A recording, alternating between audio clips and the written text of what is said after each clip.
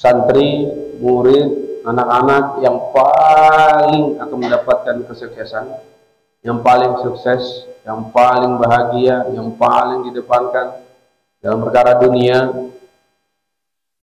Pokoknya siapapun yang paling baik, santri yang paling baik, anak yang paling baik adalah anak-anak yang selalu menjaga atau menjalin hubungannya dengan Al-Quran. Sebagaimana ulama mengatakan, ajarkanlah anak-anak kalian Al-Quran, dan Al-Quran kelak akan mengajarkan kita semua.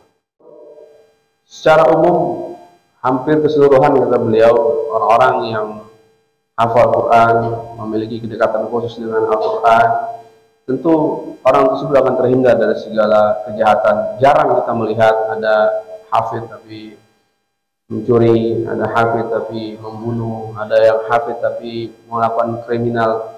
Ada mungkin tapi sangat jarang sekali. Kenapa? Karena memang dijaga oleh Allah Subhanahu wa taala orang-orang yang memiliki kedekatan khusus dengan Al-Quran.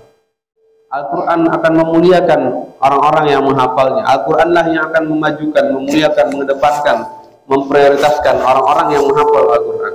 Kemudian kita semua atau beberapa orang ajam ya, ketika membaca Al-Quran kadang sering salah, ketika membaca Al-Quran sering salah, ya, tetap bahwa ada kesusahan, sulit untuk kita mengucapkan Allah, dan seterusnya, sulah diulang-ulang salah dan seterusnya, maka yang didapatkan Allah Subhanahu wa taala akan memberikan 2 pahala bagi orang tersebut.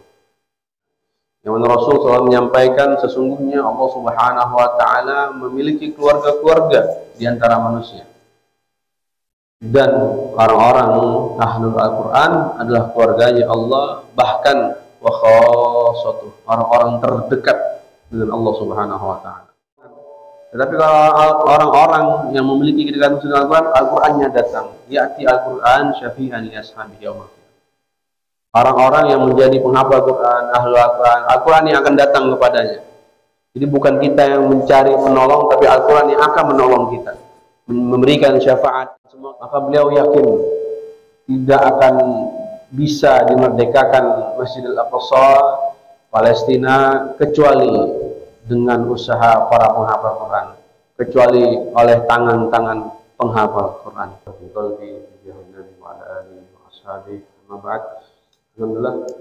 Alhamdulilladzi ahyana ba'da ma amatana wa ilaihi nusyur. Alhamdulillah telah hadir di hadapan kita semua Syekh Sa'ib Muhammad Hillis. Beliau lahir di kota Gaza, yang mana sedikit akan saya sampaikan tentang beliau, yang mana beliau di umur beliau 12 tahun telah menyelesaikan hafalan Quran beliau dengan sanad muttasil, sanad yang disambung pada Rasulullah SAW 29 riwayat Hafiz An-Asim. Kemudian beliau melanjutkan rihlah ilmiah beliau di Gaza, di Mesir, di Qatar, dan beberapa masyayikh yang ada di negeri Syam. Beliau saat ini bergerak di Al-Quran, yang mana beliau membuat sebuah yayasan di Turki, sebuah pergerakan yang Masya Allah luar biasa, yaitu kalau di Indonesia mungkin kita kenal dengan konsep karantina tahfiz nasional. Jadi beliau juga seperti itu, membuat camp tahfiz tapi internasional yang delegasinya terdiri dari 18 negara dan sudah berjalan, dan ada dari Indonesia 7 atau 8 orang yang dikirim ke yayasan beliau di Turki. Jadi alhamdulillah beliau hadir bersama kita, dan mari kita dengarkan apa yang akan beliau sampaikan. Assalamualaikum warahmatullahi wabarakatuh. Alhamdulillahirabbil alamin. Allahumma a'inna al-haqqi mubin wa la sabila al-mu'minin al-najin. Fa'in ilayhim billahi sawa'ul mustaqim al-mu'min al-najin.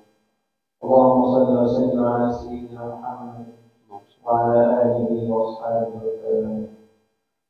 بذلك أسأل الله سبحانه وتعالى أن يبارك في الحاضرين والحاضرات، وأن يجعل إجماعنا هذا إجماعا وقوما وتفرقنا من بعده تفرقا معصوما. ونشكر الله سبحانه وتعالى أن من علينا بهذه الزيارة هذه المحاضرة الثانية في هذا المسجد الطيب بكم الإخوان. Alhamdulillah, beliau memulai bicara beliau dengan mengucapkan syukur kepada Allah Subhanahu wa taala dan bersalawat kepada kita Muhammad sallallahu alaihi wasallam. Dan beliau mengucapkan dan menyampaikan mudah-mudahan apa yang kita kerjakan semua diberkahi oleh Allah Subhanahu wa taala. Mudah-mudahan perkumpulan ini menjadi perkumpulan yang membawa rahmat dan semua kita selalu dalam perlindungan Allah Subhanahu wa taala. Dan alhamdulillah, terima kasih yang sebesar-besarnya kepada DKM Pengurus Masjid Nurul Haq yang telah memberikan beliau kesempatan untuk bisa berbicara yang kedua kalinya di masjid yang penuh dengan keberkahan, dan orang-orangnya pun mudah-mudahan diberkahi oleh Allah Subhanahu wa taala. يقول العلماء إن شرف العلم من شرف المعلوم. وعندما نتكلم في هذه المحاضرة عن القرآن الكريم فهو أشرف العلوم كلام الله سبحانه وتعالى. Ulama berkata kemuliaan ilmu itu tergantung kemuliaan apa yang dibahas. Kemuliaan sesuatu itu tergantung tentang apa yang akan disampaikan dan dibahas. Dan selama kita membahas Al-Quran, maka tentu itu adalah sebuah ilmu, sebaik-baik ilmu, semulia-mulianya ilmu. نبدأ محاضرتنا هذه المباركة بحديث جميل عن النبي محمد صلى الله عليه وسلم يتحدث عن فضل هذه المجالس الجالسة. Dan sebelum itu, mari kita sama-sama mendengar sebuah kabar yang baik, sebuah hadis yang luar biasa yang mana Rasulullah SAW menyampaikan begitu mulianya majlis yang kita saat ini duduk di dalamnya. يقول النبي صلى الله عليه وسلم ما جلس قوم في بيت من بيوت الله كما نحن ما جلس قوم في بيت من بيوت الله يتلون كتاب الله ويتدارسونه بينهم كما نفعل الآن إلا نزلت عليهم السكينة وغشيتهم الرحمة وحفتهم الملائكة بين كل جليس وجليس بين كل مصلي ومصلي تحفها الملائكة وحفتهم الملائكة وآخرها وذكرهم الله في من عنده. أي أن الله سبحانه وتعالى يبارك أهل هذا المجلس أمام الملائكة. Yang mana Rasulullah SAW menyampaikan dan bersabda bahwasanya tidaklah suatu kaum duduk di rumah daripada rumah Allah Subhanahu wa taala, kemudian di dalamnya membaca Al-Qur'an dan mempelajarinya seperti kita saat ini membaca dan mempelajarinya, maka Allah Subhanahu wa taala akan memberikannya 4 kemuliaan, yaitu yang pertama, Allah Subhanahu wa taala akan menurunkan ketenangan dalam hatinya. Allah Subhanahu wa taala akan mengucurkan rahmat kepada kita semua. Allah Subhanahu wa taala akan memerintahkan para malaikatnya meliputi kita semua. Satu-satu semua kita diselimuti dan diliputi oleh malaikat Allah Subhanahu wa taala. Bahkan yang terakhir, Allah Subhanahu wa taala akan menyebut nama kita yang duduk di sini di hadapan majelisnya Allah Subhanahu wa taala. Bahkan makna disebutkan artinya Allah membangga-banggakan kita di majelisnya Allah Subhanahu wa taala. في مخيم ثاني وقات تركيا حضر أكثر من 17 دولة المشاركة في هذا المخيم القرآني. وهذه شهادة لله عز وجل من أكثر الناس اهتماما بموضوع القرآن الكريم. حتى هنا مسجد معهد نتحدث عن القرآن الكريم هو شعب إندونيسيا الأنوار. Di Turki, seperti yang saya sampaikan tadi, beliau membuat sebuah yayasan yang namanya Tajul Waqar, Camp Quran Internasional, yang mana di situ terdiri dari 17 delegasi atau 17 negara yang itu membuktikan bahwasanya seluruh kita, seluruh dunia, begitu banyak orang-orang yang mengambil peran untuk memuliakan Al-Quran, dan termasuk juga tentu negara kita Indonesia.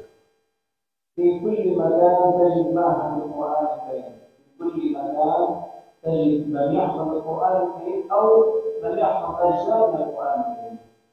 Di setiap tempat, setiap saya keliling, khususnya di Indonesia, kita datang ke sebuah daerah, banyak sekali di situ ada pondok-pondok, ada rumah-rumah tahfiz yang mana dalamnya mencetak kader-kader hufaz, para penghafal Quran, baik itu yang 30 juz ataupun sebagiannya. أنا متأكد أن معظمكم أولادكم في معاهد القرآن الكريم أو يحفظون القرآن الكريم، وهذه المحافظة هي من باب التذكير، فذكر الذين هم مؤمنين. Dan saya yakin anak-anak kita semua yang hadir di sini pasti banyak sekali anak-anak kita yang menjadi penghafal Quran, dan juga banyak di antara kita anak-anak yang disekolahkan di pondok-pondok tahfiz. Maka dari itu, apa yang akan saya sampaikan tentu ini bukan daripada tausiah atau yang lain, namun hanya sebagai pengingat. Karena kata beliau mengutip sebuah ayat, fadzakir fa inna dzikra tanfa'ul mu'minin, marilah kita saling mengingatkan, karena saling mengingatkan bermanfaat bagi kita orang-orang yang beriman. أولا أنجح الطلاب في حياتهم، في دراستهم، في كلياتهم. أنجح الطلاب في هذه الحياة هم الذين لهم صلة وهناك مصاحبة مع القرآن الكريم. Kata beliau, santri, murid, anak-anak yang paling akan mendapatkan kesuksesan, yang paling sukses, yang paling bahagia, yang paling didepankan dalam perkara dunia, pokoknya siapapun yang paling baik, santri yang paling baik, anak yang paling baik adalah anak-anak yang selalu menjaga atau menjalin hubungannya dengan Al-Quran.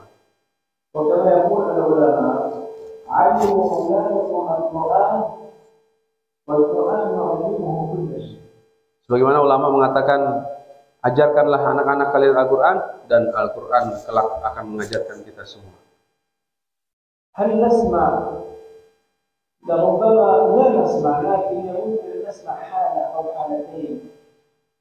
من المستحيل أن نسمع حافظ القرآن الكريم ويسرق، حافظ القرآن الكريم ويقتل، حافظ القرآن الكريم ويفعل جريمة في المجتمع.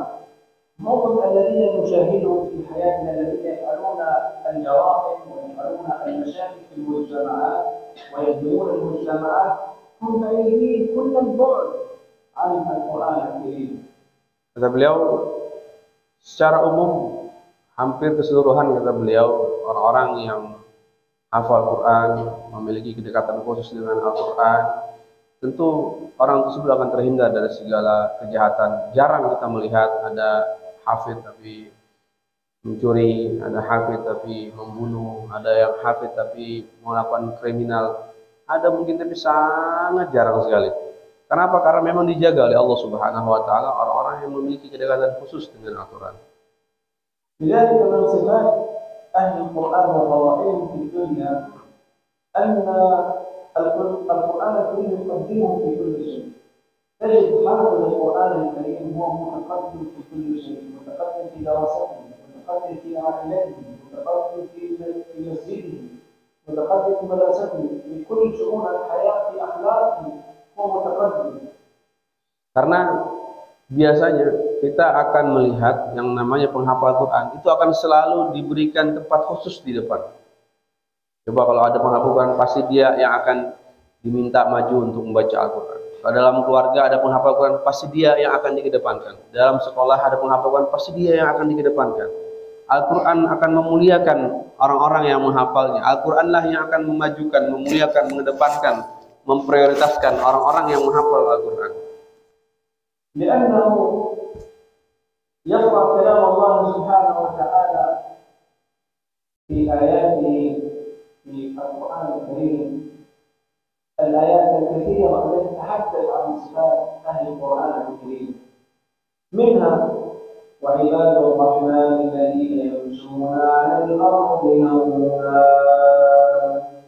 وإذا خاطبهم الكافرون قالوا سلاما والذين يبيتون لربهم سجدا وقياما إلى آخر هذه الآية. Karena tentu dalam Al-Quran, para penghafal Quran akan menemukan sebuah ayat, akan membaca ayat-ayat Allah Subhanahu wa Ta'ala yang di dalamnya mengindikasikan dan mengajarkan bagaimana seharusnya seseorang penghafal Quran itu berakhlak. Yang mana salah satu ayat yang beliau mengatakan bahwasanya hamba-hamba Allah Subhanahu wa Ta'ala itu ketika jalan itu tenang, ketika jalan itu penuh dengan adab, ketika bertemu dengan orang jahil dia ucapkan salam dan seterusnya. Begitu banyak akhlak-akhlak yang bisa didapatkan dari penghafal Quran ketika dia bercengkrama dengan Al-Quran. Tentunya Ahlul Quran hum شقين هم نوعين. الشق الأول هم الماهرين بكتاب الله سبحانه وتعالى، تجده ماهر في قراءة القرآن، تجده ماهرا في تلاوته، تجده ماهرا في حفظه، وهؤلاء قال عنهم النبي صلى الله عليه وسلم الماهر بالقرآن مع السفرة الكرام البررة مع الملائكة. الشق الثاني وهذا غالبا يكون عند الأعاجم الذي صعوبة ومشقة وتعب في قراءة القرآن، فقال عنه النبي صلى الله عليه وسلم والذي يقرأ القرآن ويتعتع فيه وهو عليه شاق قال عنه له أجران. Dan tentu para penghafal Quran, orang-orang yang membaca Al-Quran, orang-orang yang belajar Al-Quran, orang-orang yang menjalin hubungan dengan Al-Quran di dunia ini terbagi menjadi dua. Ada orang-orang yang pandai, ada orang-orang yang tidak pandai. Ada orang-orang yang mahir bil Quran, dia hafal Quran, dia suaranya bagus ketika baca Quran, tahsinnya, tajwidnya, dan seterusnya. Maka orang-orang seperti itu al-mahir bil Quran, ma'asafatil kiramil bararah. Kata Rasulullah SAW, orang-orang yang pandai bersama Quran, hafal Quran, bacanya bagus dan seterusnya, mereka sejajar dengan para malaikat Allah Subhanahu wa Ta'ala yang mulia. Dan ini kemuliaan dari Allah Subhanahu wa Ta'ala. Namun kemudian kita semua atau beberapa orang ajam ya, ketika membaca Quran kadang sering salah, ketika baca Quran sering salah, ya tetap bahwa ada kesusahan, sulit untuk kita mengucapkan Allah dan seterusnya.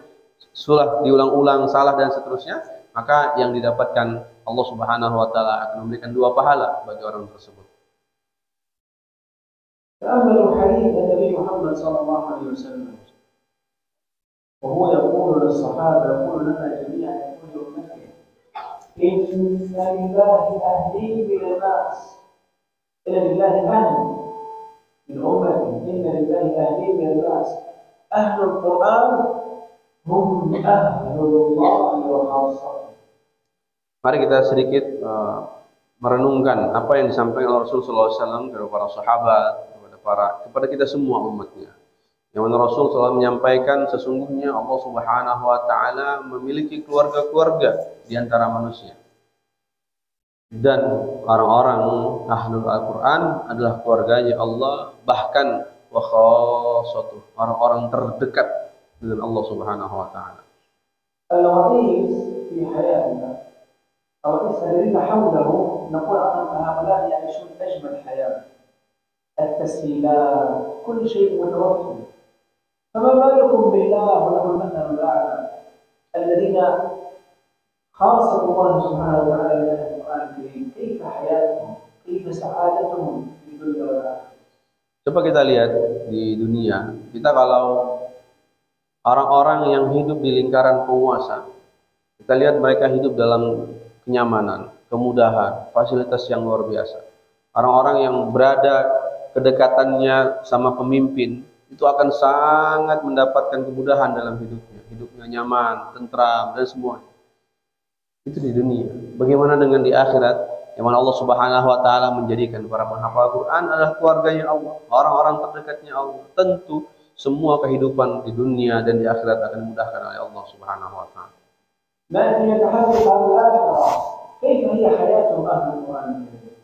Terlebih lagi bagaimana kelak orang-orang ahlul Quran dimuliakan oleh Allah Subhanahu wa Ta'ala di akhirat.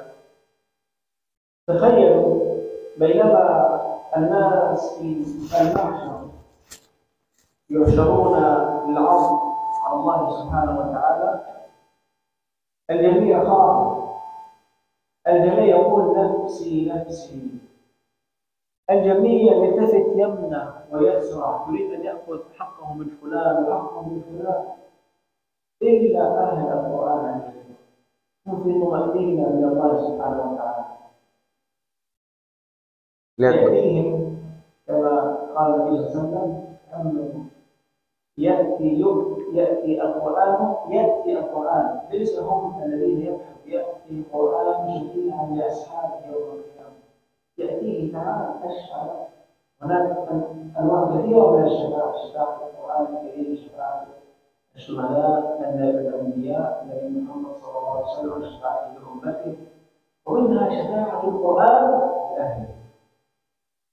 Lihat kelak kita di Ardul Mahsyar, semua di antara kita, semua makhluk Allah Subhanahu wa taala akan dalam keadaan yang kalut, dalam keadaan takut.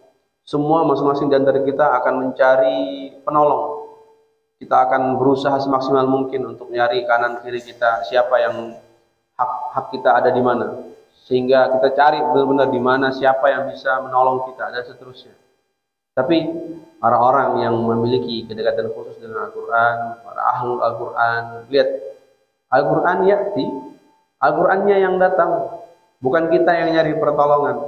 Tetapi kalau orang-orang yang memiliki kedekatan khusus dengan Al-Quran, Al-Qurannya datang. Ya'ti Al-Quran syafi'an li ashabihi yaumil qiyamah. Orang-orang yang menjadi penghafal Al-Quran, ahlul Al-Quran, Al-Quran yang akan datang kepadanya. Jadi bukan kita yang mencari penolong, tapi Al-Quran yang akan menolong kita, memberikan syafaat. Dan semua kita tahu syafaat tentu bermacam-macam. Kelak ada syafaat Nabi Muhammad SAW, ada syafaat syuhada, ada syafaat orang tua, ada syafaat teman, syafaat orang saleh, dan tentu juga ada syafaat Al-Quran. Dan semua itu mereka lah yang datang kepada kita, terkhususnya orang-orang yang menghafal Al-Quran akan didatangi Al-Quran untuk memberikan syafaat. ثم عندما يأتيه القرآن الكريم يقال له اقرأ وارتقي في درجات الجنة، في درجات الجنة، اقرأ وارتقي ورتل كما كنت ترتل في الدنيا، فإن منزلتك عند آخر آية تقرأ. Bahkan yang lebih dahsyat lagi setelah Al-Quran mendatangi kita, mudah-mudahan kita semua termasuk Al-Quran, yang mana ketika itu Allah Subhanahu wa taala akan memberikan sebuah hadiah yang istimewa dan spesial kepada ahlul Al-Quran. Ahlul Quran apa? Iqra wartaqi, bacalah Al-Quran dan naiklah satu tingkat di derajat daripada surga Allah Subhanahu wa taala. Iqra, baca, naiklah. Iqra, baca, naiklah. Baca, naiklah. Baca, naiklah. Bacalah sebagaimana kita membaca ketika di dunia. Karena sesungguhnya tingkatan terakhir, derajat terakhir yang kita dapatkan di surga Allah Subhanahu wa taala adalah ayat terakhir yang kita baca. كما تحدثنا في هذه عن صفات أهل القرآن وما لهم عند الله سبحانه وتعالى، نقول لكم أيها الإخوة الأحباب أننا في فلسطين بيت المقدس، أنه لن يحرر بيت المقدس وأن حرر المسجد الأقصى المبارك إلا أهل القرآن الكريم. Sebagaimana yang tadi saya sampaikan, kemuliaan bagi para penghafal Quran, bagi ahli Al-Quran di dunia dan di akhirat. Kata beliau, melihat saudara-saudara muslim kita yang di Baitul Maqdis, di Masjidil Aqsa, maka beliau yakin tidak akan bisa dimerdekakan Masjidil Aqsa Palestina kecuali dengan usaha para penghafal Quran, kecuali oleh tangan-tangan penghafal Quran.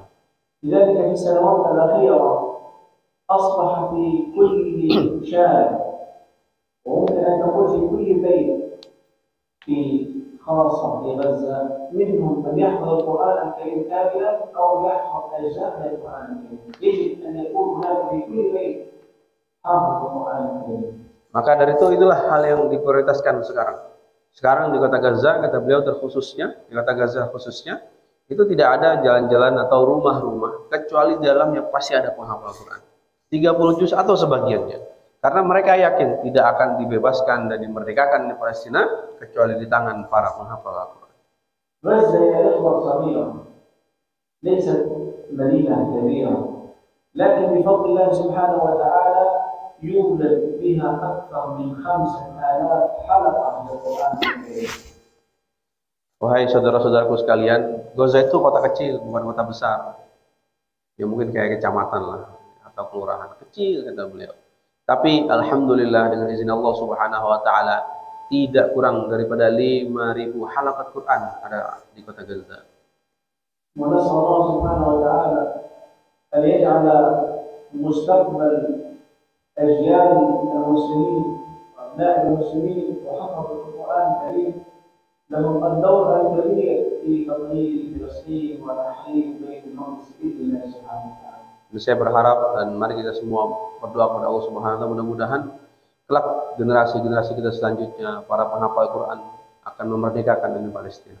أسأل الله سبحانه وتعالى أن يبارك فيها في ساحات المسجد الأقصى المبارك قريبا إن شاء الله. Mudah-mudahan Allah Subhanahu wa taala memberikan kita kemuliaan untuk bisa sholat sama-sama di Masjidil Aqsa sebentar lagi. Barakallahu fiikum wa jazakumullahu khairan. Terima kasih atas segala perhatian dan mudah-mudahan semua kita diberkahi oleh Allah Subhanahu wa taala, dan ini yang bisa saya sampaikan dari apa yang beliau sampaikan. Terima kasih sekali lagi. Billahi taufiq wal hidayah wa ridha wal inayah.